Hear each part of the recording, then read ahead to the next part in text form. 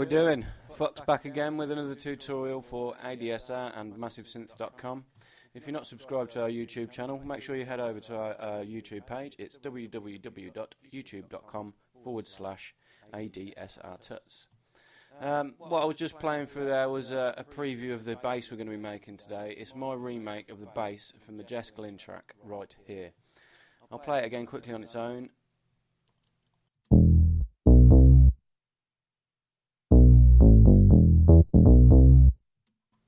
It's quite a percussive sort of bass. It's got a lot of bite to it at the start of the notes. I'll get into later on how we do that. But yeah, for now we'll go ahead and create a new instance of Massive. All the three oscillators I use are quite basic waveforms. It's two sine waves and then a virtual analog one, which is a pulse to source sync. These sort of oscillators are real popular in deep house bass at the minute, so that's what I chose and it worked really well. So oscillator 1 is a sine square pulled all the way to the left, so it's a pure sine wave. Pitch this one down 1 octave, -12 semitones, and offset it slightly to 0.07 just to detune it a bit.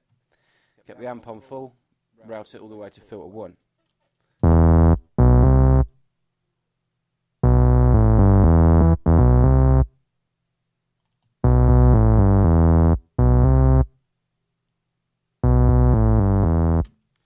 Okay, oscillator 2 is a sine square again, pulled all the way to the left again, so it's pure sine wave.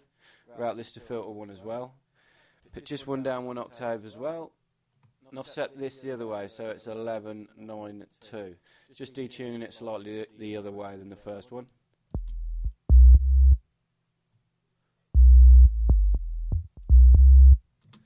So oscillator 3, virtual analog waveform, pulse to source sync. Pull it all the way to the left, so it's a pulse. Pull the sync all the way to absolute 0 and then push it up slightly just till it's about 8 o'clock. Keep the amp on full, route this to filter 1 as well.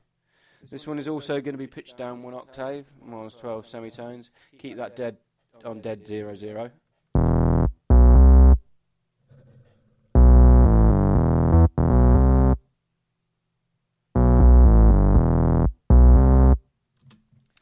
Right, we're only going to be using one filter for this sound, and that's filter 1. Push this up to series anyway. Keep this mix slider all the way to the top, so it's just for filter 1. Make sure the volume is full. We're going to be using a low pass 2 filter. Set the cutoff just before 11 o'clock and pull the resonance back to about 10 o'clock. Now we're going to use an envelope to control this filter. We're going to use it to close the filter up over time. Envelope 2 is what I used. You can use any one you want. So click it, drag it to the first modulation box, pull it down all the way to nothing. We'll set this envelope up now. I use this for a couple of parameters later on as well. So envelope 2, the attack round to about 1 o'clock, a medium-ish attack, the decay level round to full, and the decay round to full. Tiny bit of release, back it off from its original position to about 8 o'clock.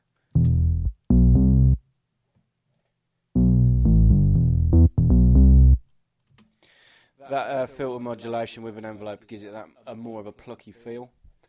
So yeah, we'll go to the voicing section now before we do anything else with the modulation oscillators or the feedback. So go to the voicing section, change it to monophonic because it's a bass patch. Set the unison to 4.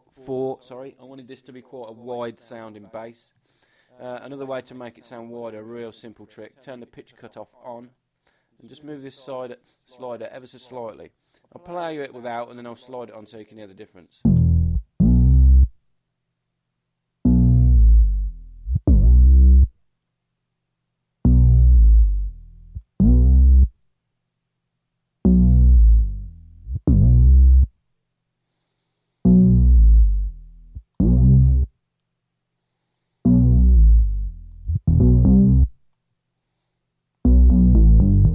We'll keep it on polyphonic actually. I know it's a bass patch and most times you'd set it at monophonic, but we'll keep it on polyphonic for now. Seems to make it sound a little bit wider and a bit better. So yeah, that's it for the voicing section. We'll go to the oscillator section now. You can turn off this vibrato, which you get to start if you don't need that. We're going to check this box here. restart via gate. That means it's going to reset all the modulation we do in this modulation oscillator section every time a new key is pressed. So yeah, make sure that is checked. Quickly for envelope 2 actually, we need to check this box. Trigger 0 reset. That means it's going to start this envelope over from the beginning every time a new note is pressed.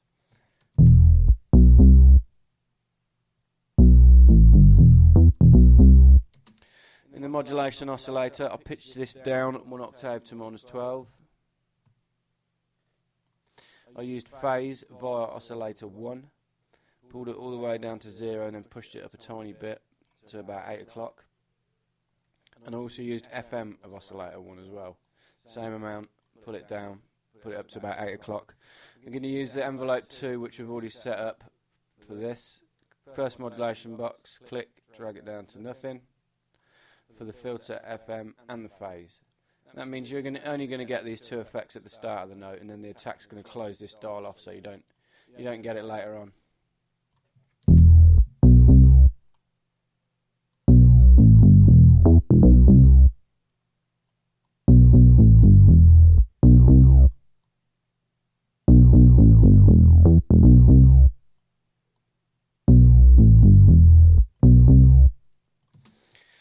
Okay, I didn't use any noise or feedback. We need to change some routing around before we deal with the insert effects. In the routing section, I wanted insert 2 to come here, so just click on this box to change it to there.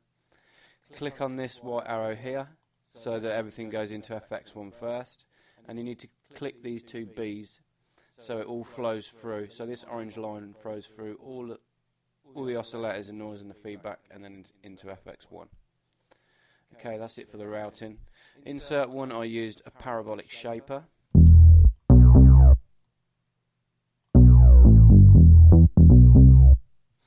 I used envelope 2 on this again, on the dry wet. So you're only getting it at the start of the notes. Right, this insert 2 is where you get most of the beef from the sound. I used a sine shaper, which is a form of distortion. Pull the dry wet down to about 10 o'clock, drive to about 11. Same again, envelope 2, close it off to 0.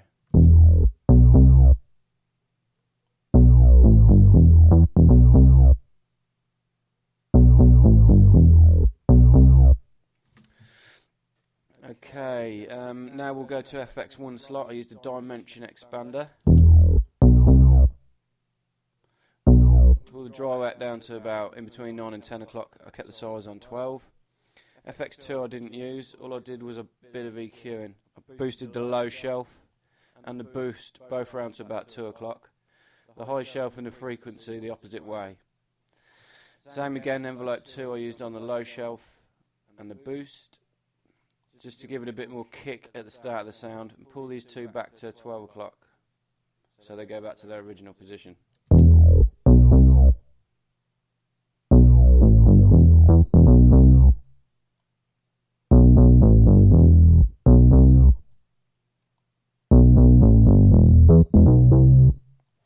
This sync knob really helps carve the sound to how you want it. You can dial it.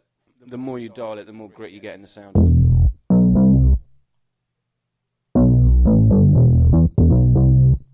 I think it sits nice about there, just between 8 and 9 o'clock. That's pretty much it for the sound done then. I'll just check envelope 4, which is the master envelope. I'll just back the attack off slightly to about 9 o'clock.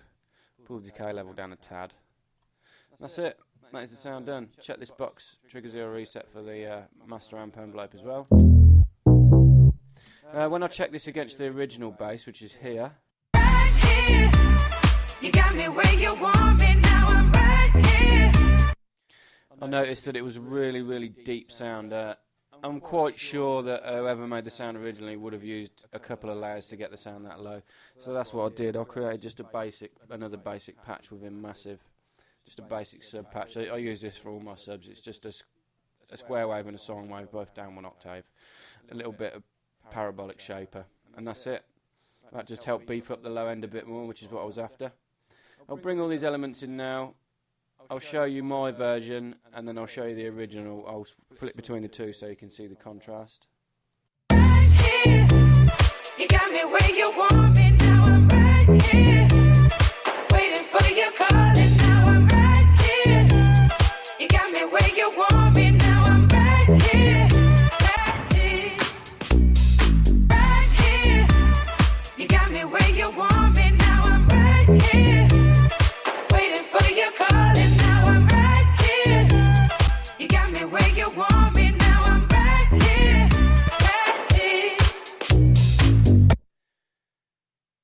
There you go, pretty good likeness. As always, make sure you head over to our YouTube page. It's ADSR Tuts. Thanks for watching again. Any questions or requests, put it in the box at the bottom. We'll try and get back to you. Okay, thanks a lot. Cheers.